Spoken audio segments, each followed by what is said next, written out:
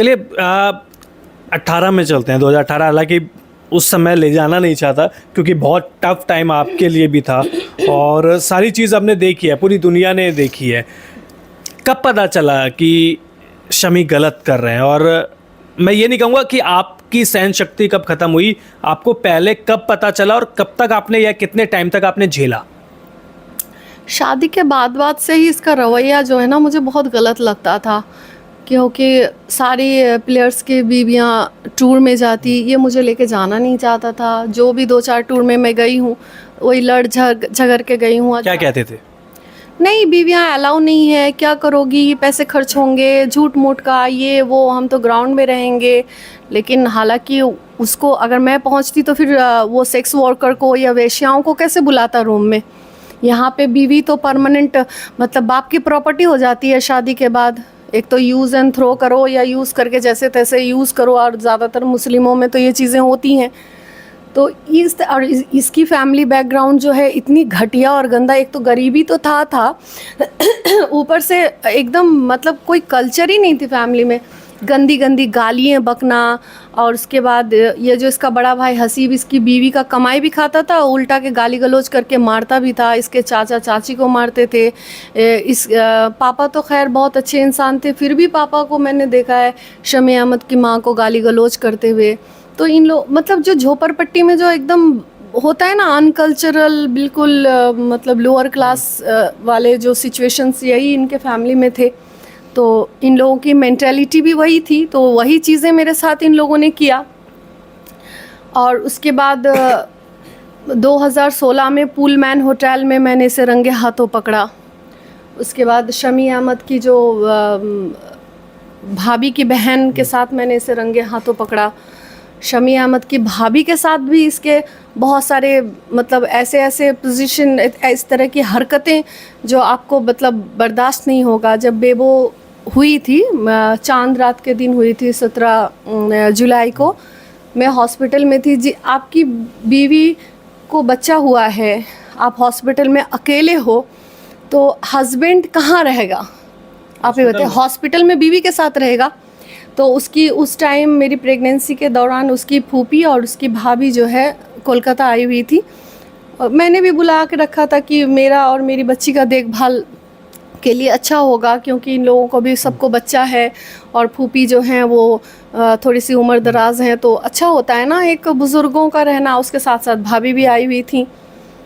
तो फूफी को हॉस्पिटल में भेज दिया, और जवान भाभी के साथ अकेला पूरा फ्लैट में रहा उसने। पूरा चांद रात को शॉपिंग वॉपिंग किया, पूरी रात अकेला भाभी के साथ रहा पूरा फ्लैट में, और मैं फूफी के साथ अकेले वहाँ पे रही। फिर दूसरे दिन जो है मैं कुछ बोली नहीं, क्योंकि हम मुस्लिम औरतें इतनी इनसिक्योर हो जाते हैं शादी के बाद, क्योंकि शादी के बाद मैके में आप रह नहीं सकते, और हमारे यहाँ तो बिल्कुल 3 तलाक दे दो बात ख़त्म हो जाती है। तो बहुत मतलब निहायती इनसिक्योर फील करते हैं हम लोग कि हम कहाँ जाएंगे, क्या करेंगे, कैसे ज़िंदगी कटेगी, ऊपर से बच्चे। तो इन सब चीज़ों को लेकर हम जो है हमेशा वो जहर का घूंट पी पी के ज़िंदगी को हम गुजारते हैं। सिर्फ मैं अकेली नहीं, बहुत सारी औरतों ने, 99% औरतें, ख़ास करके मुस्लिम औरतें ऐसे ही ज़िंदगी गुजारती हैं। तो इस तरह की हरकतें कर कर के इन लोगों ने चीज़ों को किया। ऊपर से जब देखा कि शमी का जो भाई है हसीब अपनी बीवी को खुलेआम छोड़ दिया है, भाई के साथ अपनी साली को सप्लाई कर रहा है, तो इसने भी अपनी बीवी को उसे सप्लाई करना शुरू कर दिया कि तू भी मेरी बीवी को ये कर, ये भाग जाए तो भाग जाए, मैं तो फिर किसी बॉलीवुड की हीरोइन को उठा के लाऊंगा, या फिर किसी सेक्स वर्कर को उठा के लाऊंगा, या फिर किसी को भी करूंगा। तो इस तरीके की हरकतें हमेशा इसने मेरे साथ किया, मेरे ऊपर हाथ भी उठाया। जिस तरीके से ये भोला बाबा बन के जो दुनिया के सामने में आता है, लेकिन असली चेहरा इसका ये नहीं है, निहायती क्रिमिनल मेंटालिटी का इंसान है। और मुझे उम्मीद है कि इसकी हकीकत और इसकी गंदा चरित्र जो है दुनिया के सामने कभी ना कभी अल्लाह ताला खोलेंगे ज़रूर, इंशाल्लाह। अच्छा, जब आपका ये केस हुआ था तो किसी क्रिकेटर की वाइफ का आपके पास कॉल आया, या सपोर्ट करने के लिए, या किसी भी तरीके से कि आपने पहले बात करी हो कि यार ये तो ये हो रहा है, क्या मतलब वो होता है ना कंफर्मेशन कि आपने भी देखा है कि नहीं देखा? जैसे वो एक कुलदीप नाम का एक आदमी है तो इंडियन ही, लेकिन रहता तो वो शायद ऑस्ट्रेलिया में या कहाँ पे रहता है, उतना मुझे याद भी नहीं है। तो ये कुलदीप को कई सारी वाइफ्स जानती हैं, तो जो चैटिंग से मुझे पता चला कि बहुत सारे सेक्स वर्कर के प्रॉस्टिट्यूट्स के फोटोग्राफ्स शमी को वो भेज रहा है कि ये पसंद है, ये पसंद है, ये परसों गई थी, इसे आज भेजूँ, ऐसे वैसे, इसका नाम ये है वो है, इस तरीके की। तो वो सारे स्क्रीनशॉट्स जो हैं मैंने कई सारे बीवी मतलब क्रिकेटर्स वाइफ्स को भेजे थे, तो वो लोग भी सरप्राइज थी कि कुलदीप इस तरह की हरकतें कर रहा है। मैंने कहा हाँ देखो, तुम भी अपने अपने हस्बैंड को देख लो सही से, अगर कुलदीप के ऊपर तुम लोग रख रहे हो तो कुलदीप लेकिन प्रॉस्टिट्यूट सप्लाई करता है और ये हरकतें हैं इनकी।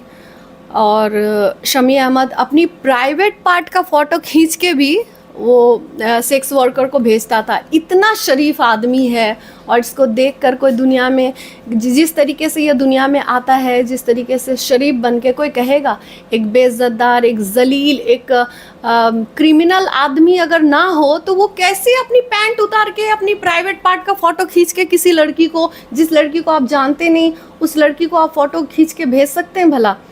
तो खैर मैं उम्मीद करती हूँ, पहले भी बोल चुकी हूँ, अभी भी बोल रही हूँ कि इंशाल्लाह इसकी कुकर्म का जो असलियत है वो दुनिया के सामने ज़रूर आएगा इंशाल्लाह।